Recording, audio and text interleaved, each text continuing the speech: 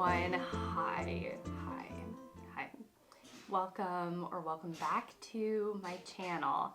Now, it's so weird because when I don't sit down and talk with you all regularly, I feel a bit rusty going into it, and I'm like, how do I start my videos? How do I start just talking? So anyways, I'm just having one of those weird moments where I feel like I've never filmed a YouTube video before. I've never sat down and talked with you all. And I'm just like, what am I doing? Where am I? What is happening right now? But I do know what I'm doing. So, so what I am doing today, at least in this moment, in this video that you are watching, is that I am going to get ready. I've got the hair back. My skin is all prepped, and I'm going to be talking about some thoughts, including no TV in 23 for, with you all. Some ideas about my reading life. They're not necessarily resolutions, but maybe some conclusions that I've come to early on in the year that I'm hoping will shape my reading for the entire year. So, I guess this is like a classic, what Jack from Spread Book Joy would call a reading ramble. I have no real sense of direction. I just have a couple of bullet points that I want to go through. In my mind, I haven't even written them down. and I'm just hoping to kind of talk out some of my thoughts and feelings about books and reading and this year and the way I want this year to go. Though it's not a resolutions or anything, it's just more of like the bookish thoughts that are on my mind. Gosh, that sounds so interesting. But anyhow, if you like just hanging out with somebody who loves books and reading and loves thinking about it, talking about it, and, getting ready on, that's probably neither here nor there for you all. But yeah, if you like this kind of thing, I would encourage you to subscribe and stick around. Did I say that my name was Shelly? But, if you don't know, then my name is Shelly. And this is what I do on my channel, among other things. Anyhow, subscribe, stick around, and let's just go ahead and get into the meat of this video. All right, the makeup application has begun. So I'm going to start with the thing that is most at the top of my mind. And it's this joke that I keep on saying over and over again that has, quite a heft of truth buried in it.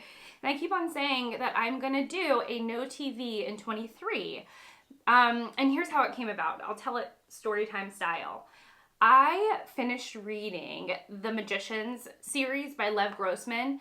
I like the series. Not everything in this series worked for me as a reader and for who I am. But I also had, and I had heard that the television show was great. Because there was a television show that ran on the Sci-Fi Channel for several years. It was like 13 episodes a season, and it ran for 5 years.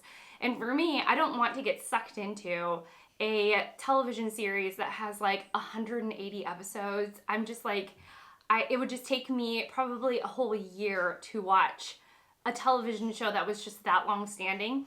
So 13 episodes a season for 5 seasons. I was like, I can do that. and so I did. And so for the last couple of months, I have been watching The Magicians, which was great. I would say that it is, if you are a fan of Buffy the Vampire Slayer, you will probably really enjoy The Magicians. I think that seasons 3 and 4 were the strongest. 1, 2, and 5 were, I feel like they were like trying to still kind of figure things out with the resources that they had. You'll understand if you watch it. So I was getting to the end of this show, and you come to this moment, right? Oh, and I guess like the most important thing would be that I started work. I'm working out in the world. I'm busy Monday through Friday. I'm gone. I'm just like, I'm super busy, and I'm super tired in the evenings. And so as the show was ending, I was thinking like, I'm going to have to find another show to watch. And then I started backpedaling a little bit, or I backed away from that sentiment, and I was like, actually, I don't have to find any new show. I could just stop watching television. Like, I don't have to dredge up the desire to start a new show and then, you know, turn it on and try it out and decide if I like it and then, you know, continue to watch it from there. Or what happens more often than not is that I'll start a television show, I won't like it, it's not really my vibe, you know, this, that, and the other is not working for me. This, that, and the other is not working for me. And and I just want to move on to something that I feel like I'll enjoy. So a lot of times I'm trying all of these television shows out, wondering what will stick, and then finally a show will stick, and I'll watch that for the next couple of months, and then the cycle continues.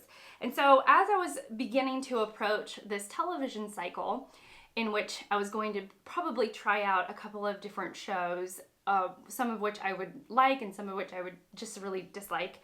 I'm a classic DNF-er. I do not finish television shows. Like, I just don't. Like, if I'm not enjoying it anymore, I just drop it and I move on. So for all of you completionists out there, like, I know that people like myself and me, like, drive y'all crazy. I have some really good friends that are total completionists. If they start a show, they watch it all the way through. And I'm like, if I'm not enjoying it anymore, I drop it and I move on. So anyways, as the cycle was about to begin, because I'm finishing a television show, I was like, you know what if it was like no TV in 23? What would happen? And it started off as a joke. And then as jokes, you know, as when they have a heft of truth to them, they start to really sink in. And that's what happened. I was like, all of a sudden I'm like, actually, what if I didn't watch television in 23?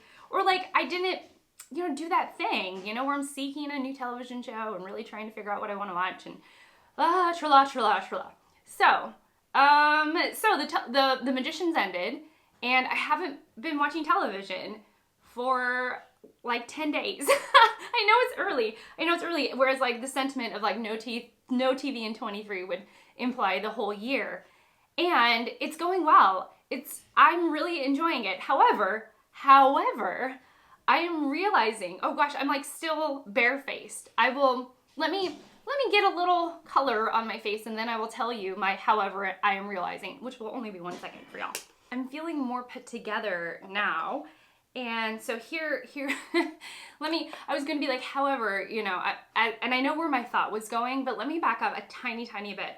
So I am, as far as my television watching habits, I'm one of those people that watches an episode or two of a television show a night. I do not binge television shows. I used to. I don't anymore. Even if a television show is really exciting or ends on a cliffhanger, I will often just be like, okay, well, great. It'll be an exciting place to start tomorrow night. And I've talked to Fraser Simons at Springboard Thought extensively about my television watching habits. And he was like, you're one of the only people, at least that he knows, that like doesn't binge. I don't binge television. I don't just like watch the whole series. And I don't watch really television hardly ever during the day. I mean, I watch YouTube. I watch YouTube. But that's about it. I'm more of like, I'll listen to an audiobook, I'm reading. And yeah, so I don't really get sucked into television in that way. And I rarely ever watch movies. So I'm gonna eat those words in a second. Well, I guess it would go with the rarely. It's not like I never watch movies, but I rarely do. So here's what I found out about my no TV in 23. You would maybe think that I would be reading a ton in the evenings, or that I would be getting a lot of reading in, or more reading than usual. And here's what I found out. I'm really not. I'm really not. I'm so tired in the evenings. I'm so exhausted that what is happening is that I'm just going to bed an hour earlier. So, you know, I would usually go to bed at like 9:30, maybe 10, though that's rare. It's so rare for me. And now I'm going to bed at, 8 p.m., which you would probably think You would probably think, well, Shelly, you need the sleep, right? That's why your body is telling you to go to bed early. No, I have been waking up for the last couple of mornings. I've been waking up for like the last 3 mornings now at 4 a.m. That is when my body is like, you're ready to get up, Shelly. Like, let's go. And I'm like, oh no. So I feel a little bit at sea with this routine, whereas I feel like when I was staying up until 9 p.m., I was just in this natural cycle to sleep from 9 to 5:30, wake up, get my day started, and now I'm all thrown off and I don't know what to do. So no TV in 23 is going. I don't know if I want to implement television because I don't want to start the cycle all over again. I don't want to look for a show to watch and then start it and then make that decision of whether I'm enjoying it or not, and then starting over and trying to like dig and find something I'm going to like. I don't want to do it. I'd rather just spend the time with my books, go to bed earlier, but the consequence is that I'm getting up really early and then I'm like crashing. Like I'm totally spent by 4 p.m. I'm like done. Yeah, so it's been interesting. I'll keep you, if you're interested at all in my routine, I'll let you know. Let me know if you're interested in like an update of like what actually happens. But my sleep routine feels totally off and I'm not doing television. So are you all doing anything like this? Like no TV in 23, no caffeine for the year, or like anything that's like changing up your habits? I would love to know, especially if it affects reading, in which you would think that I would be reading more, but I'm just not. I don't feel like I am, at least. And that brings me to my next point. So let me continue with this Luke, and I'll update you on some of my reading thoughts and that have been going on in my mind in the last couple of weeks. So I have this hunch or this propensity to say that I am in a quality over quantity mindset. That's the mindset I am taking with me in this new year. However, that is not exactly the true sentiment of what's happening this year. So this year, as you all probably know, and much to my initial chagrin, Fraser Simons at the channel Springboard That suggested that with the book club that we were both in, that we read Middlemarch by George Eliot. And I reluctantly, very reluctantly decided, that I would go along for this read. We do have the option with our reading group or book club, in a sense, to bow out if we really aren't feeling the read. Nobody really holds it against anyone when they're like, nah, I don't really want to read it. But I knew that I did want to read Middlemarch at some point. I just wasn't in a rush. So at the end of last year, with extreme reluctance, and I mean extreme reluctance, I picked up Middlemarch. Now, I didn't think that it was going to be a bad book. I knew that most people that read it really enjoyed it. There are a few naysayers out there. You all know who you are. However, I knew that it was going to be a long read. It was going to take me a little while. And sometimes I can get impatient with myself if I'm reading a book too long. And I came to that realization that what's really getting in the way of me and mammoths is my own impatience. That is what is getting in the way. When I start to not want to be in the book anymore, when I'm ready to finish, when I'm feeling the own pressure from myself to hurry up and finish so I can start something new. And, it's really just, it's me, it's all me. It's all in my head. I'm the one that's starting to bubble up and say, you shouldn't be reading this book for any longer. I start to should on myself.